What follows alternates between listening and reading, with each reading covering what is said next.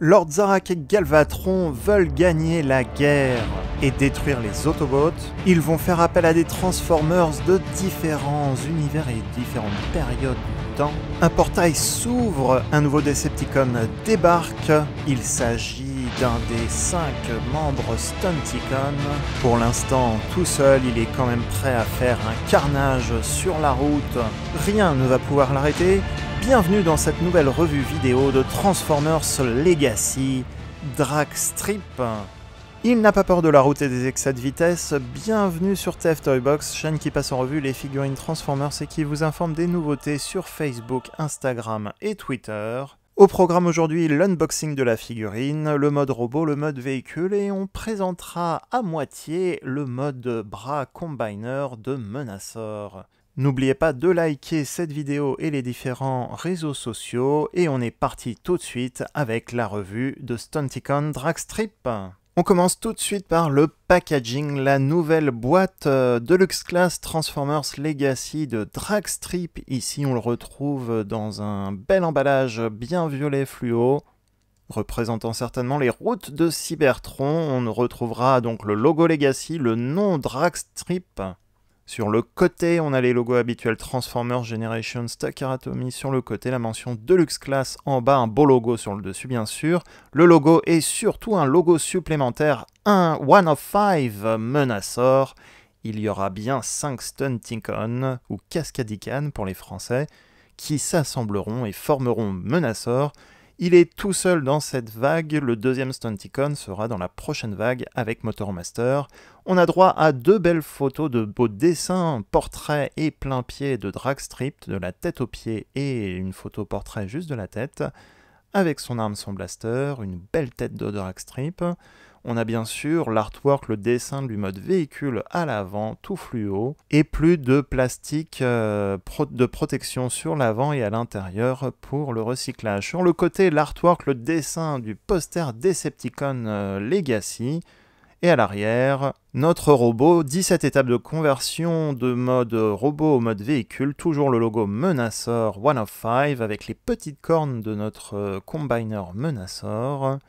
Et on a toujours le logo Dragstrip et la fiche d'identité que vous pouvez retrouver sur internet. Si avec votre smartphone, vous pouvez scanner le QR code ici et découvrir une fiche d'identité. En dessous, rien de particulier. Hop là. Si vous avez 2 Deluxe comme ici, le Skids Autobot, vous pouvez former le poster complet, poster qui a été présenté lors de la convention Hasbro Pulse d'octobre dernier. Poster représentant la vague 1 Legacy uniquement. L'avenir nous dira si on aura droit à d'autres dessins pour les futures vagues. C'est parti, on ouvre notre emballage pour découvrir la figurine sur son fond violet attaché sur un fond en carton. On retrouve bien sûr les instructions donc, de Decepticon Dragstrip. Et notre robot avec ses 2 pistolets en bas. Il n'y a pas d'infos sur la façon dont il faut assembler Menasor. Tout sera dans les instructions de Motormaster.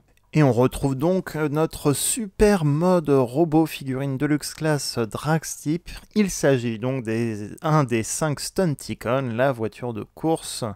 Un beau petit bolide et un beau robot, 2 belles armes aussi qui l'accompagnent. C'est la même arme 2 fois qui peut s'assembler, d'ailleurs on le verra plus tard.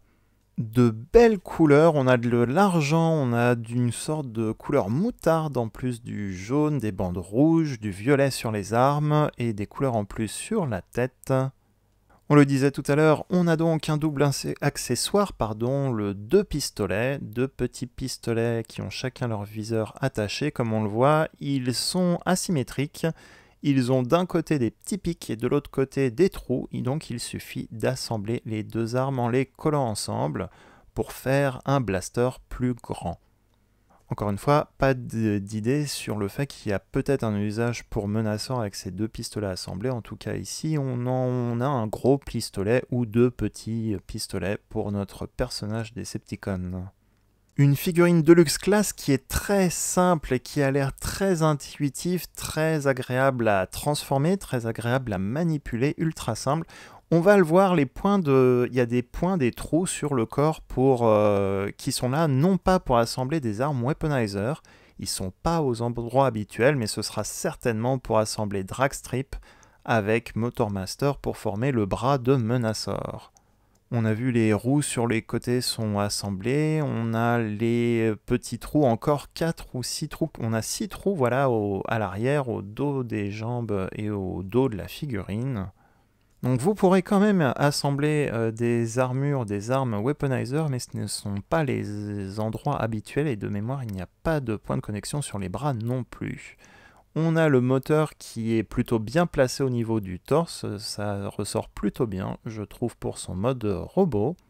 Contrairement aux autres figurines Legacy, il n'y a apparemment pas de transparence ou d'armes transparentes livrées avec cette figurine. Le but de la gamme Legacy, c'est d'avoir des armes infusées d'énergon pour pouvoir les combiner entre elles. Alors qu'ici, les armes de Dragstrips s'assemblent entre elles, mais pas donc d'armes transparentes. On voit sur le côté les petits ports de connexion champignons au niveau des roues, ça c'est ballot. Le logo Decepticon, lui, est peint et coupé en deux au niveau de l'aileron avant de la voiture, donc on ne le voit pas trop en mode robot. On a des superbes articulations typiques des figurines Warforce Cybertron et Legacy. Articulation au niveau des chevilles, de la cuisse, le pivot au niveau de la taille est présent. Le pivot au niveau de la tête est présent, pareil au niveau des épaules. Alors l'aileron peut gêner un petit peu, mais il est sur un bolt joint, donc je ne le montre pas, mais on peut un peu l'écarter pour faire vraiment un tour à 360 degrés. Pareil, le bras peut pivoter sur lui-même, il se plie au niveau du coude. Et les mains, pas de pli au poignet, par contre les mains sont fixes, en tout cas une super bonne figurine articulée, et ça suffit largement pour poser ce Decepticon. La tête articulée, il y a un trou dans la tête, un petit peu comme Hot Rod, ça m'avait surpris au début, mais non, il ne s'agit pas de faire de l'économie de plastique, il y a un usage qu'on reverra plus tard. L'avant de la tête, en tout cas, de notre figurine est parfait. En tout cas, il représente très bien Dragstrip. Donc voilà, même si aujourd'hui les autres membres de Menasor ne sont pas dispo, on imagine qu'ils seront annoncés au courant de l'année. Ils doivent sortir milieu ou fin d'année pour Motormaster et Wild Rider. En soi, cette figurine est totalement autonome et fonctionne très bien toute seule. Ici, comparaison avec Skids, donc à peu près de la même taille pour une figurine taille de luxe. Et on voit que Skids, lui, a une arme en plus transparente, bleue. Le principe de la gamme Legacy, donc peut-être que le budget pour la figurine a été détourné pour faire un triple changer avec un mode combiner plutôt que de lui rajouter une arme en plus. On voit qu'il y a des détails sculptés aussi au niveau de l'avant des cuisses, des petits tuyaux qui représentent les tuyaux sous la voiture de course. En tout cas, très bonne figurine. Comparaison aussi avec Silverstrike de la gamme Buzzworthy Bumblebee, un repeint du mode terrestre de Prowl et Smokescreen de la gamme Earthrise. Comparaison aussi au Voyager Class Blaster et Bulkhead de la vague 1. Forcément, ils sont Voyager, forcément, ils sont plus gros. Et je vous l'ai mis aussi avec le Decepticon Soundwave de la gamme Siège, puisque certains le savent déjà, Soundwave sera réédité aussi dans la vague 2 Legacy cette année. Je le mets aussi aux côtés de Galvatron. Galvatron, ici, la version Kingdom avec des taches sur le torse. Là aussi, c'est pour comparaison, puisque dans la gamme Legacy, Galvatron va être édité sans les taches sur le torse. Et comparaison aussi avec Coronation Starscream sans sa cape et sa couronne. Lui aussi était un Decepticon présent dans la saison 2, comme les Stunticon. Et là aussi, juste en guise de comparaison avec les Core Class Skywarp Legacy et Kingdom Starscream pour la différence de taille. Dernière comparaison ici avec le Stunticon Off-Road de la gamme Combiner Wars. Souvenez-vous, dans cette gamme, un nouveau Stunticon avait rejoint l'équipe. On le voit en termes de taille de luxe, ils font à peu près la même taille. On le verra par contre en termes de fonctionnalité, les figurines Combiner Wars ne seront pas compatibles avec les nouvelles versions. On en reparlera à la fin de cette vidéo. C'était dans les instructions et je ne vous l'ai pas montré avant, mais pour stocker les armes, vous pouvez stocker vos deux blasters au dos des jambes dans les points de connexion standard de 5 mm, comme ceci. C'est dans les instructions. Et comme ça, on ne perd pas les armes. C'est parti pour la transformation, on enlève les deux pistolets. On va faire pivoter donc les deux panneaux qui sont au niveau des bras. Ça va être la carrosserie, les côtés de la voiture. Ça va former des parties de la carrosserie, pardon. Ça permet aussi de baisser les deux petits trous comme ceci, les roues noires, les aligner avec les bras. On va ensuite pouvoir détacher le torse du dos de la figurine. Ça se détache comme ceci. La tête va pouvoir ensuite rentrer, pivoter au niveau du torse vers l'intérieur. On va faire pivoter les deux ailerons qui étaient situés sur l'épaule du robot et on va donc détacher et rabattre les parties des épaules entre elles comme ceci pour former l'avant de la voiture. Le but ensuite est tout aligné, tout assemblé ensemble. On le voit, il y a des emplacements spécifiques pour resserrer les bras au niveau du corps. On va ensuite détacher, vraiment étirer un maximum cette partie de la carrosserie, mais avant de la positionner, on pivote cette partie pour que la partie fine soit positionnée à l'avant de la voiture. La partie fine ici de la partie du torse, je ne sais pas du tout si c'est français ce que j'explique, mais vous l'avez vu, on pivote un coup et on rabat ensuite la partie du torse contre la voiture. Et voilà pourquoi notre tête était creuse, c'est que ça va former le siège de notre voiture de course. Et effectivement, quand on regarde plus en détail à l'intérieur, il y a des petits traits, il y a des détails sculptés qui rappellent un siège de voiture tout simplement. On pivote notre voiture au niveau de la taille, notre robot au niveau de la taille. Les ailerons au niveau des pieds des chevilles, on les fait pivoter également. On voit donc se profiler notre voiture. Et dernière étape, on va ouvrir les panneaux avant des jambes. On rentre les cuisses dans les jambes, un petit peu à la Combiner Wars. Beaucoup de figurines utilisaient cette fonctionnalité ou cette façon de transformer la figurine. Et ensuite, on referme le tout et on connecte le tout pour enfin former notre voiture de course. La voici prête. On la voit, elle est bien assemblée. Et dernière petite touche, on a deux points de connexion sur le dessus de la voiture. Ils vont tous les deux servir pour les deux blasters, les deux armes. Comme ceci, voici donc Dragstrip qui est prêt. Une belle voiture de course qui rappelle totalement le look dans la série, la saison 2, Génération 1 Transformers, avec un beau logo Decepticon violet à l'avant et les rayures rouges iconiques de Dragstrip. Que dire de plus? Effectivement, on a nos rayures qui sont bien peintes et bien alignées. On en a même sur le dessus de la voiture. Ce look est beaucoup plus proche de la voiture de course G1 que l'était celle de la version Combiner Wars. On voit les détails des moteurs aussi argentés sur le dessus. On a encore des détails sculptés à l'avant sur l'aileron. Ça rappelle probablement des stickers qu'il y avait à l'époque. Vraiment, pas beaucoup de peinture en fait sur cette figurine, mais juste assez pour que les détails ressortent bien. C'est une voiture qui roule sans problème. Bien sûr, c'est une de ses fonctions, mais c'est bien de le rappeler. Et même si c'est pas dans les instructions, on va essayer de voir comment va se combiner notre Dragstrip en mode Combiner. Comparaison aussi avec Off-Road de la gamme Combiner Wars justement en mode véhicule, là aussi des modes à peu près similaires. Bon, en termes d'échelle, je sais pas si c'est correct, surtout qu'Off-Road était plutôt un SUV et un 4x4. Mais en tout cas, ça reste deux figurines de luxe en mode véhicule. Comparaison avec Mirage, l'autre voiture de course connue dans l'univers Transformers G1, la version Autobot. Et ici, c'est le Mirage mode terrestre de la gamme Kingdom du pack Battle Across Time avec Grimlock. Là aussi, détails similaires, même si c'est pas exactement la même échelle, ça ira très bien pour une compétition, une course de voiture. Comme je vous le disais tout à l'heure, les points de connexion sont absents de dessous les pieds. On en a beaucoup au niveau du dos. Je vous montre par exemple Skids qui lui conserve ses points de connexion et aux bons endroits. Un point de connexion dans le dos pour Skids, ici on en a 4. Sous les pieds, donc on n'en a pas côté Dragstrip, on en a côté Skids. Donc on va voir pourquoi il y a autant de points de connexion sur cette figurine.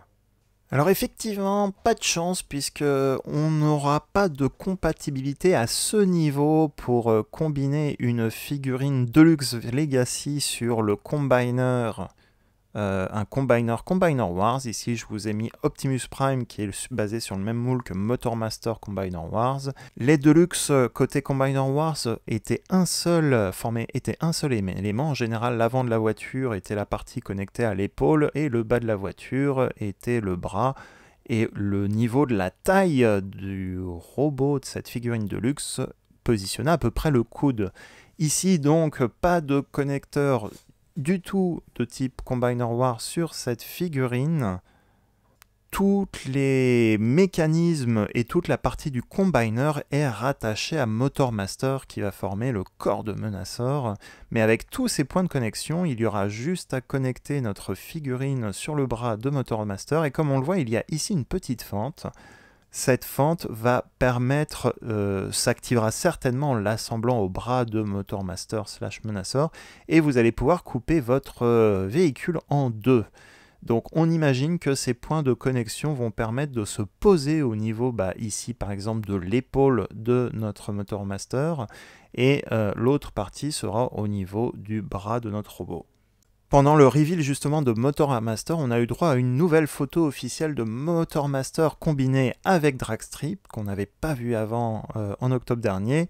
Le designer a fait en live la démonstration de l'assemblage de Dragstrip sur le bras de notre Motormaster. Il faudra simplement poser la figurine et effectivement un petit mécanisme va appuyer sur un bouton au niveau de la fente que je vous ai montré après, ce qui va permettre à notre Menasor de se combiner. Voici à quoi ressemble le bras de notre Menasor avec Dragstrip.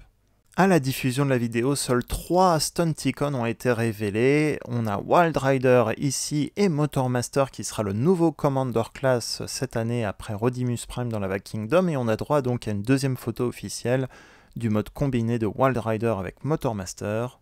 À ce jour donc pas de photo officielle de l'ensemble de notre Combiner, mais ces photos montrent les fonctionnalités et comment les Deluxe vont s'assembler sur le corps principal de Motormaster pour former Menasor.